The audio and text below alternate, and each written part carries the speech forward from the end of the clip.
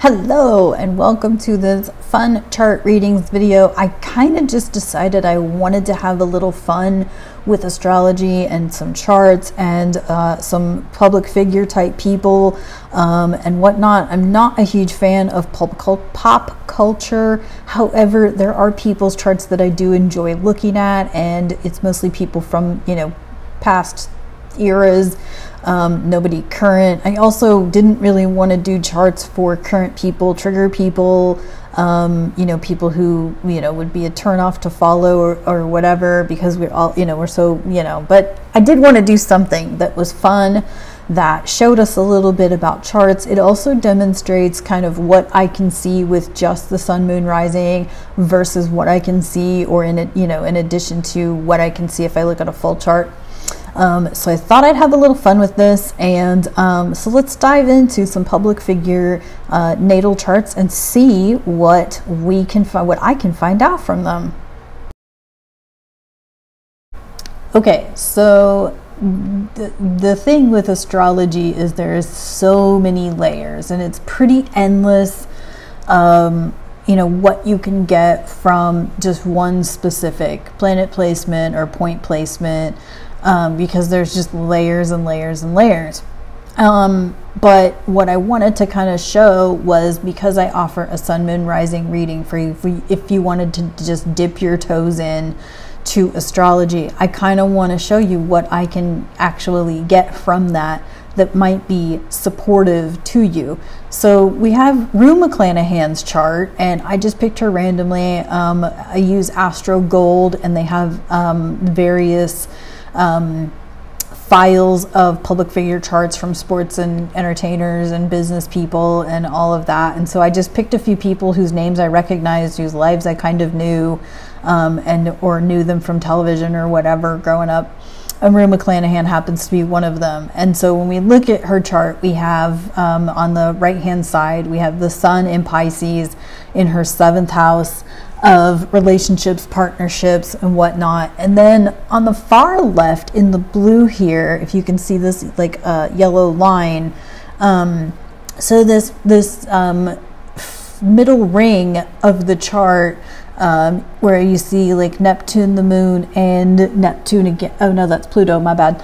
But I highlighted where it's yellow, where the yellow highlight is on Neptune. And so each zodiac sign is divided into 3 decans or decans, and so we can get a lot from just where a planet or point is, like in which decan. So we've got her sun in Pisces, you can see from the outer ring with the Pisces glyph, but then in the next circle inward we can see the Neptune glyph where her sun is. So her sun's in Pisces in the Neptunian glyph. So, and in the house of relationships and partnerships, the 7th house.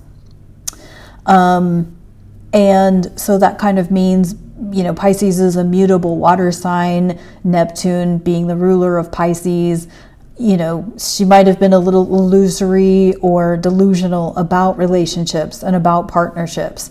And so I had to go look on IMDb and be like, how many times was she married? Because that was my first question. Well, she was married 6 times.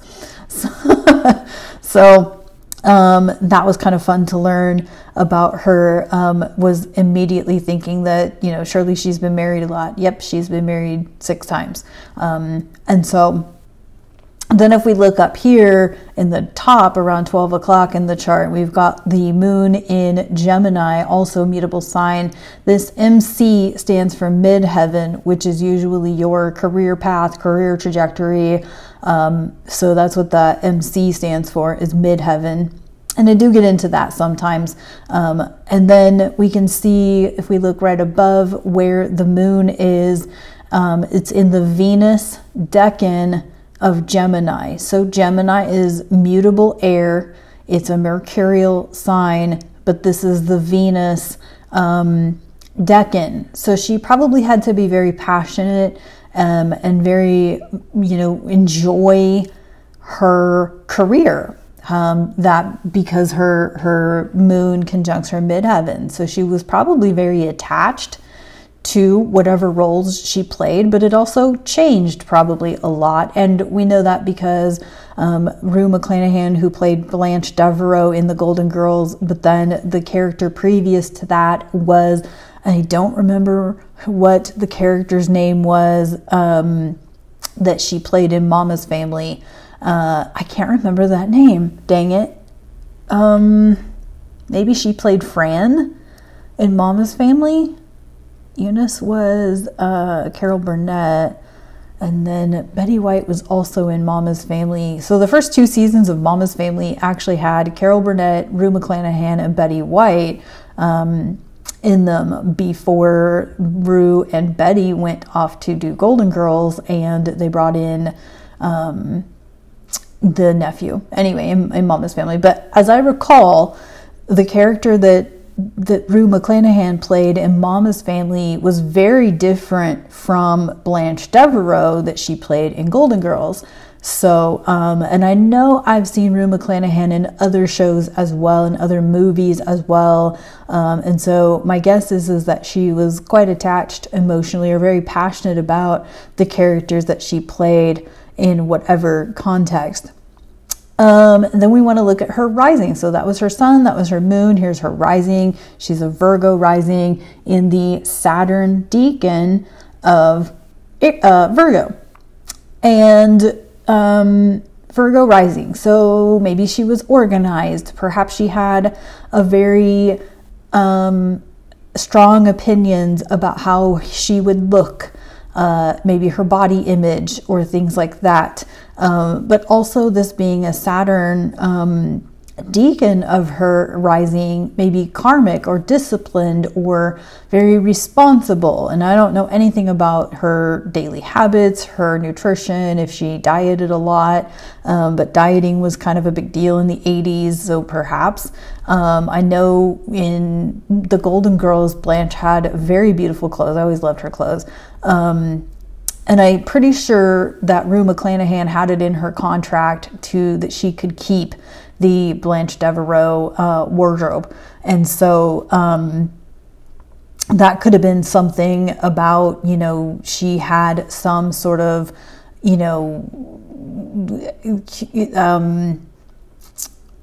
strict contract or strict demands of her contract, and then that would point back also to her moon in a Venus decan of Gemini, that related to her work, right, with that midheaven right there. So that's what we can get from just her sun, moon, rising in her chart. And so let's take a look at the full chart and see what more we can learn about Rue McClanahan. Alrighty, so here is Rue McClanahan's full natal chart. So many places I could go. Oh my goodness. Okay, so in that 7th house where we talked about that sun in Pisces in the Neptunian, in the Neptune decan, therefore she probably had several relationships. And as I said, she was married 6 times, but she also had Mars and Mercury conjunct pretty much within, well, they're within 5 degrees roughly of each other. Mars isn't the strongest in Pisces. Mars and Mercury conjunct or near each other in a sign. There may have been some mental battles, and Mars is in the moon decan and Mercury is right within that same moon decan.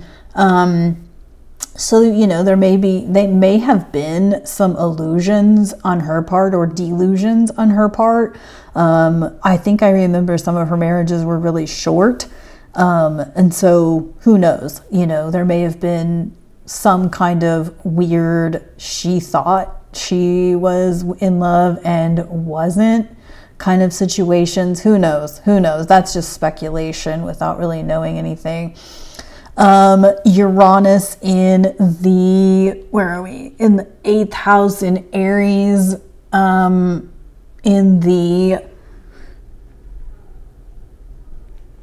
the Jupiter decan, other people's money, contract money, That goes back to her keeping the wardrobe, the Blanche Devereaux wardrobe. But there also could have been other people's money with regards to alimony or something like that. And she might have been pretty like demanding about it because Aries.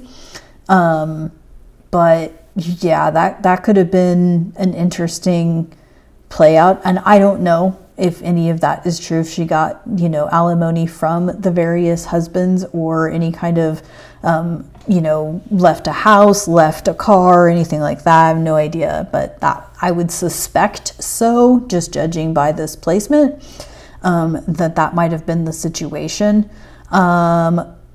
Chiron in her 9th house. She may not have traveled a lot, may not have learned a lot. It being in the Saturn decan, she may have been very limited on her either higher education, and I don't know, I didn't look to see if she had any, you know, degrees or anything like that. But she also just may not have traveled a lot, and so that could have been what that was. Or if she did, it caused, you know, certain things to happen for her if she did travel a lot or had any kind of higher education, and all of that because Chiron.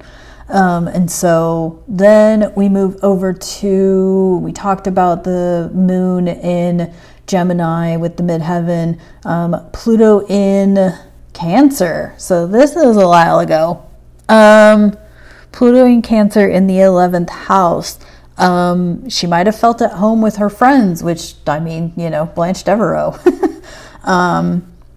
you know, at home with her friends, at home in her community, wherever she was, potentially with Pluto there, like it was really important to her.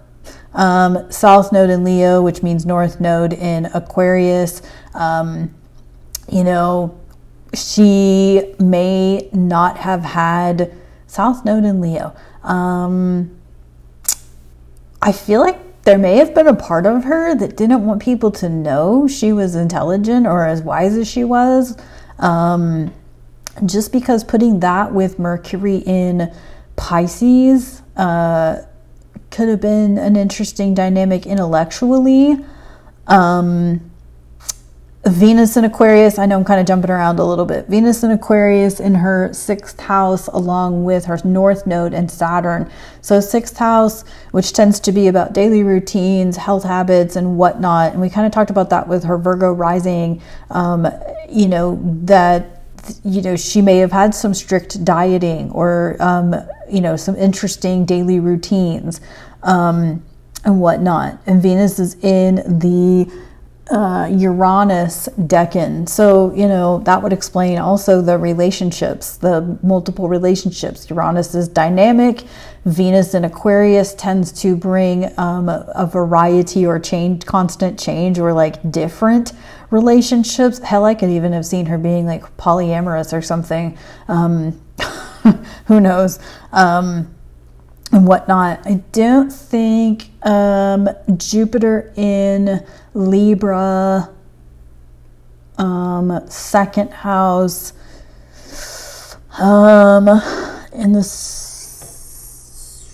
in the Mercury decan. I really feel like she was intelligent, but maybe just didn't have, now I kind of wish I knew her history, and this is what I often run into when I'm doing these, is like, I really want to know more about people, because I feel like she was intelligent, but maybe was not courageous enough to show it, and also may have been delusioned or illusioned to think that she was intelligent, and now I see Neptune in her 1st house conjunct her ascendant, and that would be in that Saturnian. So there was a lot of illusion going on for her. A lot of like, she may have publicly convinced people of something that wasn't particularly true of her, but that's what she wanted you to believe. When we see that Neptune presence, we always, Neptune and the moon are the two things that we look at to see like, what did they want people to believe, but what's actually true. But it also could have been creative. Neptune is also about creativity. And obviously she was an actress, a comedian, so there was a lot of creativity going on. So yeah, lots to take in there with Rue McClanahan's chart, but this 7th house stood out to me, especially when I saw she had been married 6 times. And so very interesting chart, very interesting person. I always loved Rue McClanahan. I've seen her in several different things, and always was entertained by her. And so when I saw her in the list of files that I could play with, that's what I went for. So that's Rue McClanahan. Okay, so the whole drive behind doing the chart review was to show you what I can get from just looking at a sun, moon, rising versus what I can get from a full chart reading. So if you're overwhelmed by a full chart reading, I do offer a sun, moon, rising. And while that might seem limited because there's, sun, moon, rising, and then all of the other planets and everything, but for me personally, just learning my sun, moon, rising ironed out a lot for me and how I am and whatnot. And so it can really provide a lot of value for your personality, maybe your emotional state, how you process emotions, things like that. And so that's the sun, moon, rising reading. You do get a 30-minute call with me. You also get an image of your chart, and I'll just give you an image of your chart that has your sun, moon, rising. If an image does not work, obviously I can provide an accessible format for you if that is necessary. And then, however, if you wanted to dive right in, which is what I tend to do, I kind of overwhelm myself sometimes when I dive right in, but it is how I learn, and then I kind of go back and build a foundation. I don't know that I recommend it, but it's a learning style, and it apparently has served me thus far. But if you wanted to dive right into a full chart reading, I have that available for you as well. And that is a 60-minute call plus the image of your chart. And again, that can be provided in an accessible format if necessary. And so either of these are available in the links below, and you can go ahead and sign up for that. Or you can contact me directly if you've got me on socials or whatever. Sara Waggle on all platforms, particularly Instagram and TikTok. So there's that for you as well. But I hope you enjoyed this video, and I have a couple of more to come. But I started with Rue, and I've got a couple of more to come in the coming weeks here on my YouTube. So stay tuned.